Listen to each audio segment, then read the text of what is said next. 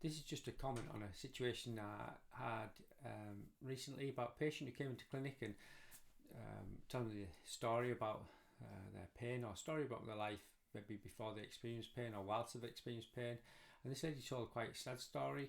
How I don't need to give you the detail of the story, but it's just a sad story, family dynamics and partner dynamics, and each part of the story got a little bit sadder. And she felt she couldn't do anything about it, and she's still in it. And sometimes when people describe tough situations, we all got this in our life, sometimes we just don't know what to say, and I felt like that at the time.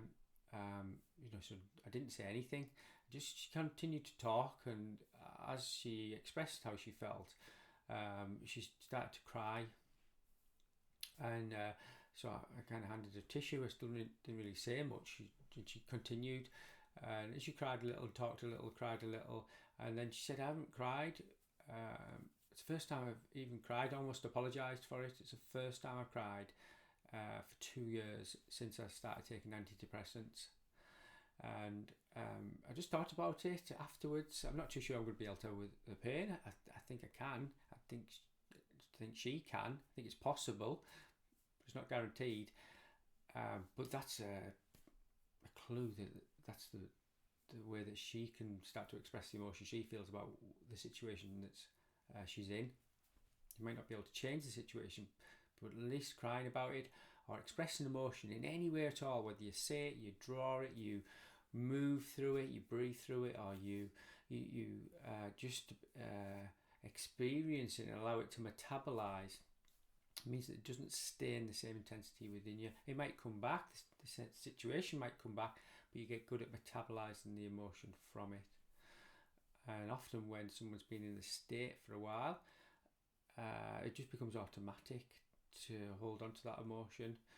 So when a tablet does that, and I'm not criticising pharmacology and medication, because it has its benefits and it's amazing in helping people recover from all sorts of things, but when you look at it in that situation, it's stopping her crying. And she might need to have a brave face or deal with life from a few years ago in that way, but does she still need to not cry and take a tablet to stop her feeling what her body's desperate for her to express? And I think that's the driver for her pain.